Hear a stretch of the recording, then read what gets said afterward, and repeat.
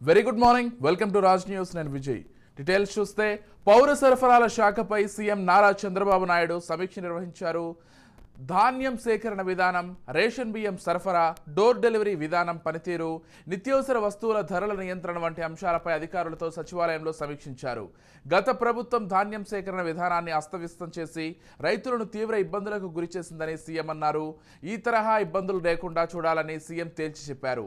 రైతులకు ధాన్యం సేకరణ సొమ్ము చెల్లింపులోనూ తీవ్ర జాప్యం చేశారని, దీనివల్ల అన్నదాతలు ఇబ్బందులు పడ్డారని సీఎం చంద్రబాబు అన్నారు. ఇక వర్షాలకు తడిచిన ధాన్యం కొనుగోలు విషయంలో రైతులను తీవ్ర ఇక్కట్లు పాలు చేశారని సీఎం అన్నారు.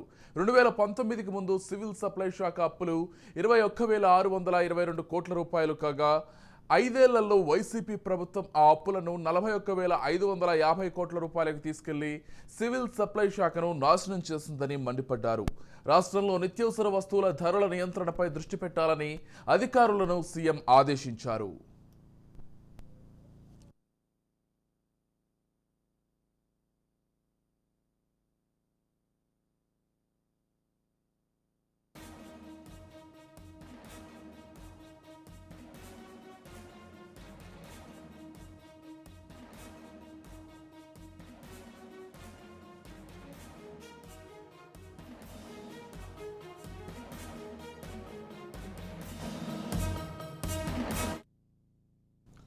వ్యవసాయ శాఖ, సివిల్ సప్లై శాఖ, మార్కెటింగ్ శాఖ సమన్వయంతో పనిచేస్తే ధరల నియంత్రణ సాధ్యమవుతుందన్నారు.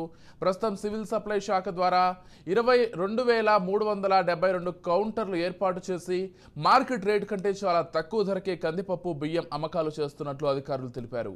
మార్కెట్లో కందిపప్పు ధర 180 రూపాయలు ఉంటే ఈ ప్రత్యేక కౌంటర్ల ద్వారా 150 రూపాయలకు, బియ్యం కేజీ 48 రూపాయలకు విక్రయిస్తున్నట్లు తెలిపారు. రేషన్ షాపుల్లో మరిన్ని సరుకులు తక్కువ ధరకు అమ్మాలని అధికారులకు సీఎం సూచించారు.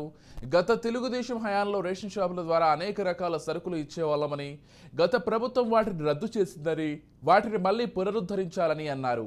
బియ్యం డోర్ డెలివరీ అంటూ చేపట్టిన విధానం కూడా లోపభూయిష్టంగా సాగిందని అధికారులు అంగీకరించారు. రాష్ట్రంలో ఎక్కడా ఈ రేషన్ వాహనాల ద్వారా డోర్ డెలివరీ జరగలేదని, వీధి చివర వాహనం పెట్టి మాత్రమే పంపిణీ చేశారని అధికారులు సీఎంకు వివరించారు. రేషన్ డోర్ డెలివరీ పేరుతో 1,844 కోట్ల రూపాయలతో 9,260 వాహనాలు కొనుగోలు చేశారని, అయితే ఆ లక్ష్యం నెరవేరలేదని అధికారులు చెప్పారు.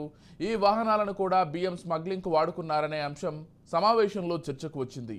వీటి విషయంలో ఎలా వ్యవహరించాలి, రేషన్ డీలర్లను ఎలా ఉపయోగించుకోవాలనే అంశాలపై పలు ప్రతిపాదనలతో రావాలని అధికారులకు సీఎం చంద్రబాబు సూచించారు.